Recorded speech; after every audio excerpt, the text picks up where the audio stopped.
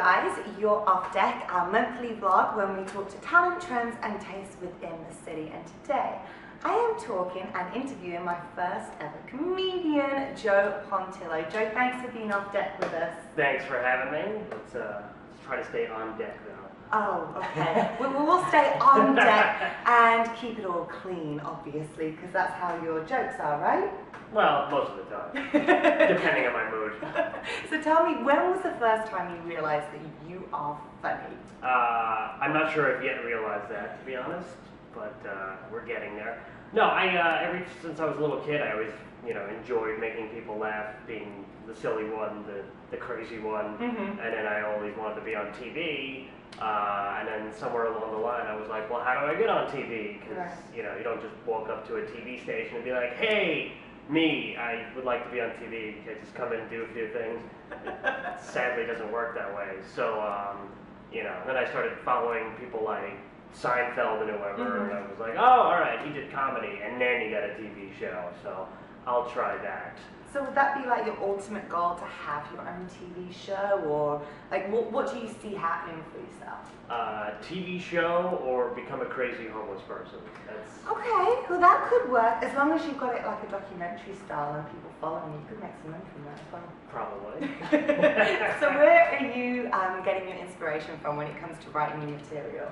I guess when I first started, I was kind of more like, just want to talk about my family, things like that, because they're kind of crazy. But then the older I get, the less time I spend with my family, so it sucks because like I can't come up with as many jokes about them as I once did, and I'm like, I haven't written a new joke about my mom in like 40 years, what's wrong with me?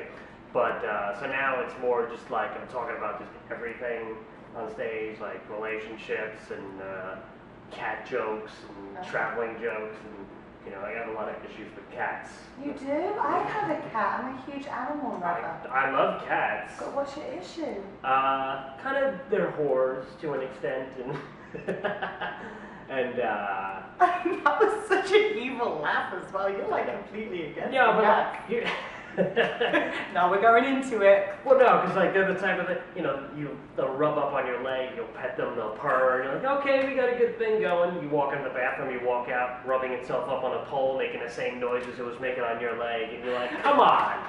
Joe, we were supposed to stay on deck. We were going off. I apologize. So, we'll get back to the family jokes that you make about your people in your family. Do you ever get scared that they're actually going to get really, hurt or offended by the jokes? No, my dad is always far too excited about it. He's like, yeah, he's talking about me. That means I'm making his act. And then my mom is always just like, she'll laugh at cat jokes. Oh, she will? Yeah, that's her thing. If I could just write 15 minutes on cat jokes, my mom would really approve of me doing comedy. But instead, she'll be like, oh, too dirty tonight. No.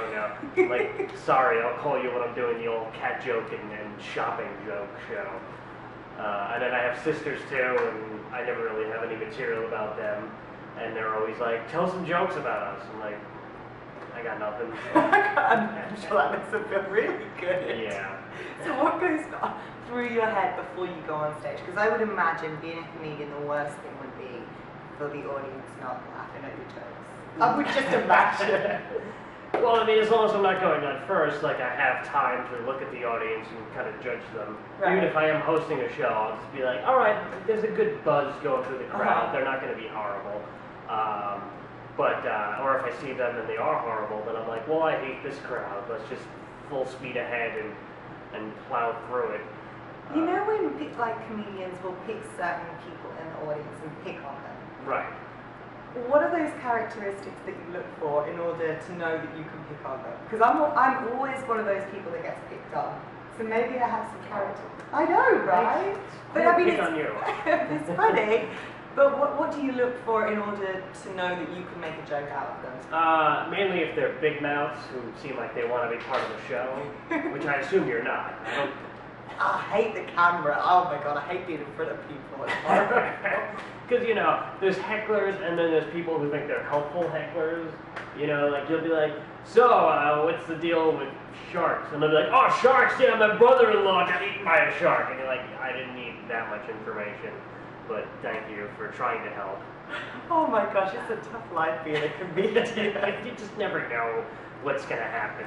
I would imagine, especially in New York as well, in this city, Oh, with yeah. all the different people. And that brings me to ask you, do you have a funny experience in New York? I mean, anything that happens in New York Yeah, is it's funny. funny.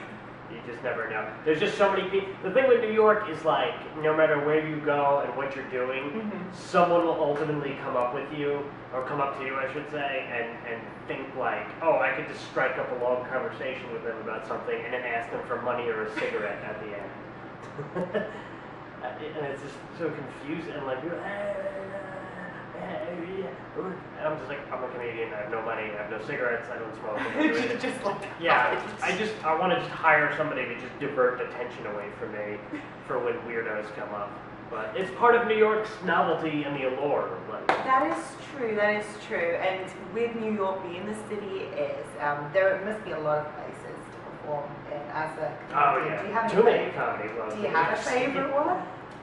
One of my favorite ones is actually a club that a lot of other comedians will say is like dingy and sad. New York Comedy Club on 24th Street. Always been my favorite place to perform. Love Broadway Comedy Club up on 53rd Street. I'm always there. Stand Up New York, 78th and Broadway. You know, these are probably like my three favorite in the city. And used to like the Laugh Lounge on Essex Street, but they closed. But the sign's still up, so So you could go there and just laugh. Sometimes I stand in front and tell jokes to people walking by. With your hat down in front of you. Hoping to create a buzz. Joe, I know that you have to go off deck and leave me very soon. No, we're supposed to be off deck because this is fun. You got me all confused with all of this. Yeah, what's even the name of the show anymore?